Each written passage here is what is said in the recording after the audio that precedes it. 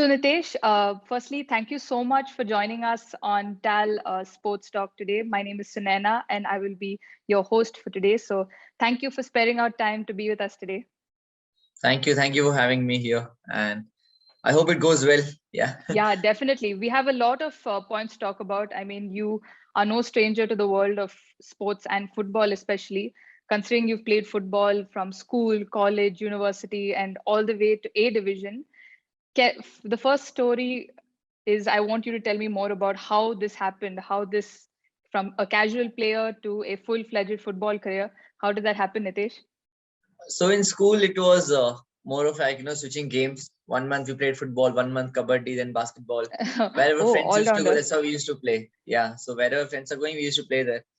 Hmm. But then in around, I think in 11th, it got a little serious when I used to watch these videos and I thought I could do more in football than any other sport. And even friends used to tell that you're doing well in this sport, so why don't you try in this?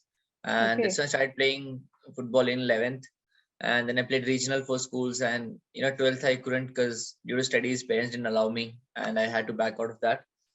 Every Then story of an post that, Indian.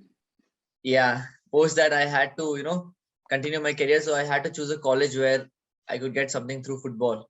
Hmm. And I went for New Horizon College, which I had a lot of seniors there, and they told me this good football, you get free internal marks and free attendance because of sports. And I thought this was something I could make use of. That's when I joined New Horizon College through CET, and in the first year itself, I got into the team that helped me get internal marks and everything. I had that fear, that if I'll get or not. Then I thought, okay, first year let's be a little safe and try to attend Okay. classes. So let's see how much do we get. And when the results came out, I had full internal marks, and then full attendance. It showed 100% that even though I missed like so many classes. And since then I got a little casual with classes and internals because I knew I was going to get it anyways. So that's why I started playing football. I met Robin sir, who has played for Dempo FC and ex-Indian player. So he was our coach, and a lot of other players who used to play at high level in a lot of divisions. And that's how I got to know TAL also in second year. Like one of my Lovely. college senior used to play in TAL, and then he told me, why don't you come and play here? Hmm. And that's when I met Kishore as well. So even my coach told me, finish your D license at least. It'll be helpful in future because you need to always have a backup. To be honest, when you're playing football in India, you need to have a backup. If this doesn't go well, you have another route to go to. So Definitely, that's how I definitely. So, started playing football. Yeah. lovely. So this Robin sir was the one who technically guided you and was your, what can I say, guardian in terms of having a path for football, or did you sort of have to do it on your own? No, so initially he told me about the license, the D license thing. I didn't know Hmm. much how it works. So he told me, you can do it here. And he now coaches for Roots. So Okay. yeah, so he told me you can do this. I had other coaches also like who taught me football in school, Arvind sir and there's Krishnamurthy sir. So people have taught me, but Robin sir told me, you can do this license. Every player does nowadays because you can work with kids. And he got me few sessions also, shadowing him so I could learn how things work. And Lovely. then I thought I could do something in this also, work with young players. And that's when I thought of going to Mumbai and do my D license. Lovely. Okay, that makes a lot of sense because I mean, it's very important for a person to know that they should have Yeah, something to fall back on and not just like put all their eggs in one basket. But to touch true. upon your certification, you are a certified D license coach and you also pursued your UFR coaching license in Scotland, right? Yeah, So, yeah. since you've had a taste of how the international standards are as well as how India is, how was that experience like? Did you feel that the teaching methods or the way of practice sessions internationally are much better as compared to India, or is India already like reaching up those standards? What's your thoughts on those? So I feel, if someone from India directly goes for a FA level 1 or a UFA license, it would be, Hmm. very tough for him because they are pretty open. They cover a lot of things, to be honest. For them, if they go to D license, it's very basic and they keep everything limited, which in a positive way helps any raw player or a raw coach to learn stuff, how it works in the beginning. Okay. So I would Okay. suggest if you want to go for a UFA license or a FA license, try to finish a D license because it's little limited, but you learn a lot from that. You learn basics what you require because they keep it in control. So to be honest, I think it's better to go to D license and then go to the UEFA or FA International. license. But yeah, but if you see the difference, D is more of like, you're coaching in a closed box, that they tell you, do this, do this, do this, and then you Mm-hmm. go on with that. But when you go for a UEFA license or FA license, they tell you, okay, this is how you coach. Now, when you design a drill, it depends on you. They ask us, you can try your own way. You can think out of the box and do some drills, which are maybe extraordinary or maybe simple. It depends on you. You can also do what we taught, or you can do, think by yourself and do something extraordinary and still get the results. So we have that It's based freedom on your there. creativity, right? As a Yes, yes, we okay. have that freedom there. And in D license, you won't have that freedom. So they'll tell you, okay, this is what we have taught, this is what you have to do for the exam. So that is how it works. That's why for someone who's just starting their coaching career, it's good because they don't have to force their thinking much and do what they've been taught. So that way they learn the basic way. But then So in are the you saying end, when that's a you go good ahead, foundation? Is that a good place to yeah, go for kind your of good foundation? foundation. Yeah, kind of good foundation for people taking up coaching career who haven't played much and don't have that much of match experience. So for them, Mm-hmm. see, those who have played becomes a little easier when you go for coaching, because you know how things work, how you have trained under a coach. So you can think in a lot of ways. But once you haven't played much, you like coaching is a passion and you go, you try for it, then you need something to start with. So they give that, basic thing. Okay, this is what you do in a session. Then you can start working around your things once you're working with a team or a club. So that's how it No, goes. that makes sense. And you spoke about something which is interesting. You spoke about match experiences. So if a Yeah. person or a player, I mean, this is as per your advice, I would like to hear, Uh-huh. hasn't had much match experience, but is thinking that, okay, if I play more games, will I still qualify to go for further licensing, or should I first, finish off all my licensing and study first and then go for the next step? How should they juggle both? So there are two ways. For example, if someone's played the national team for 5, 10 years, Mm-hmm. or they've played on a professional club level for 5 years, they can directly go for a UEFA B license because they have Okay. played on international level and the top club level. So they have been with coaches who are UEFA A Pro or UEFA Pro license. So for them, they directly ask them to come for this license because they have more knowledge and they have seen how their coaches train. But for someone like someone who has never played, I would say they can do the license directly. They don't have to play to do the license. That is Okay. first thing. You don't have to be a player or play for a specific team to do a license. You Mm-hmm. can just go into the license, but it'll be a little tough because you haven't played much and you lack experience. Okay. So that's when they start with D license, and now there's E license which has come for grassroots level. So that is also there an option. Also, if you have if you haven't played but you have good match knowledge, if you have good football knowledge, you watch a lot of matches, you have some tactical knowledge, and you know what can be done, then also it Mm-hmm. becomes easier sometimes to pursue your license and Okay. So become it a good doesn't actually coach. matter that you have to be a pro player in order to Yes, sort of like study. Okay, that makes yes, sense. That makes sense. And one thing which is very clear is your passion absolutely knows no bounds. We know that from playing experience wise and certifications, you're excelling in both. And now you are currently working to open your own football center called NS Elite Football Academy, which focuses on sports management, right? yeah. So So it's how did basically this start focused here? on grassroots. So you've seen I have one club, Majaz FC, Majaz which I FC. partnered with always. Yeah, that is for like seniors who are like 17 plus, 16 plus. Mm-hmm. Our main goal there is to provide regular training and regular match experience, which we lack in India. If you see our top leagues run for maximum 2, 3 months, 4 months max. If you see professional leagues outside, they have 2 seasons in a year, which Correct. goes for 5.5 months, 6 months, 6 months that way. So here we lack that because there's very less. Even if you play the divisions, it's maximum 2 to 3 months. So here our plan is to give them regular training, in a professional environment, and give them a lot of match experience at least for say 6 to 8 months. When we are playing TAL for 2.5 months, then we're playing the KSFA division for 2 to 3 months, and then we have our own league which we might organize for like 2 to 3 months.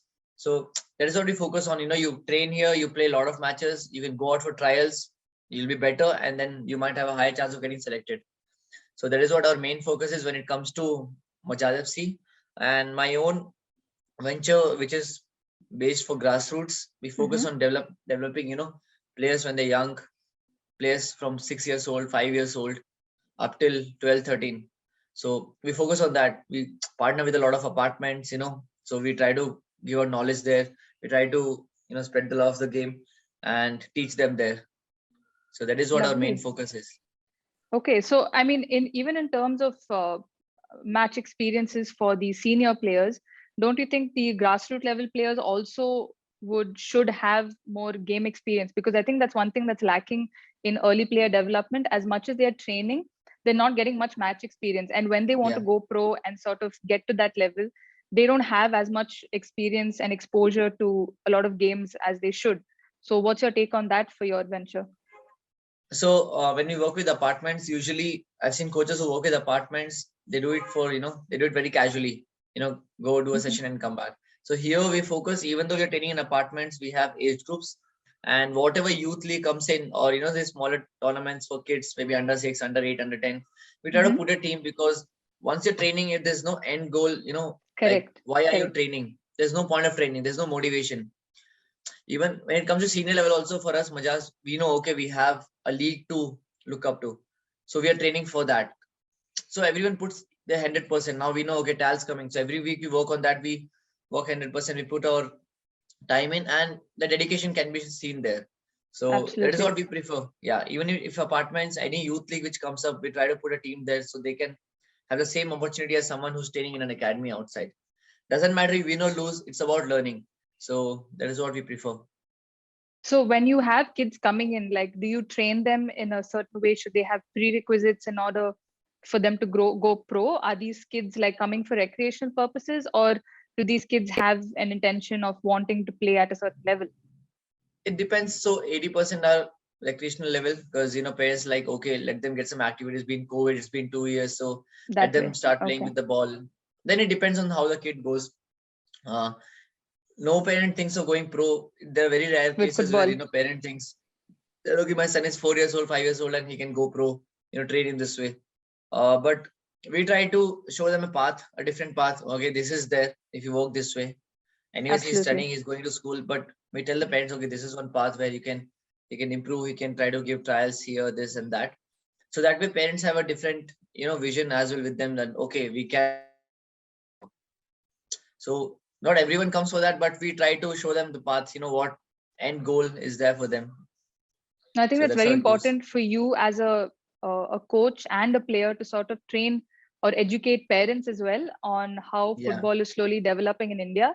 And I think that's true. something that's slowly coming up nowadays, where parents also understanding that yes, my child can have a future in football and other sports as well. It's not just cricket, because every Yeah, parent would like their son or daughter to become the next Mithali Raj or the next anyone in football. But coming to women's, I want to know that as much as you're opening up your academy for football, young footballers, what's your take on women's football? Are you having a separate sort of training session or course for them as well? Because it's kind of hard in a place like India. So how are you yeah. taking that challenge head on? So see, it depends. If there's a big bunch of girls who want to play, who are interested, we don't mind, because we had plans of starting academy with Majaz also, like the girls can come in and we can train HL on a bigger pitch. But it was COVID time, and traveling was tough in the night. Our sessions are in Fair the enough. night, so it was tough. But when it comes to grassroots in the Mm-hmm. apartments, we also push for girls can come and join the academies. They train alongside boys, so they have they improve together. So we don't have a Yes. separate batch there. Okay, Girls and lovely. boys are, yeah, under 5, under 8, whatever. Girls train with the boys, and they try to put out the same work what they do, so the That's growth's equal. So lovely. we don't change there. If there are too many, maybe okay, there's a new batch, complete batch we can make, we don't mind, we can make a complete batch. But 2 3, there's no point avoiding, and okay, they're only guys, no point avoiding girls, and put them with them so they all train together. Everyone's in Lovely. the same boat, so that's how we go Oh with my them. God. Do you see a lot of initiation from young parents to put their girl child into football, or is it something that is rather scarce or no i reluctant for parents? no Nowadays in apartments they've been putting their daughters for the sessions here. I've had, there's one girl who plays basketball also and has joined football also now to, work, Oh, see how it lovely. goes. So they are joining, be it under 5, like one of the apartments have 2 girls in under 5, and under 10 has one. under 14 too. So they are coming. Parents are pushing them to pursue the sport. No, And that's to be lovely. honest, women's football is growing well in India for now, and there are a lot of opportunities. So I would say, try to give it a shot, try to work out, try to work your way around. And I've Lovely. been And giving personal training to also two to three of them. So oh, who are really? playing in A division and other places. Lovely. I hope you get a chance to open a Majaz FC team as well. I mean, I think Yeah, yeah, TAL we would are be very planning. happy to see that. We are planning show. Like, calling out everyone who wants to train on a professional level can come and join us. Absolutely. I think this will do very well. I mean, it's also the lack of opportunity or the places also Yeah, for girls to go. Because girls sometimes, as one single girl, she might be new to the city, but she might want to play, but she doesn't know where to.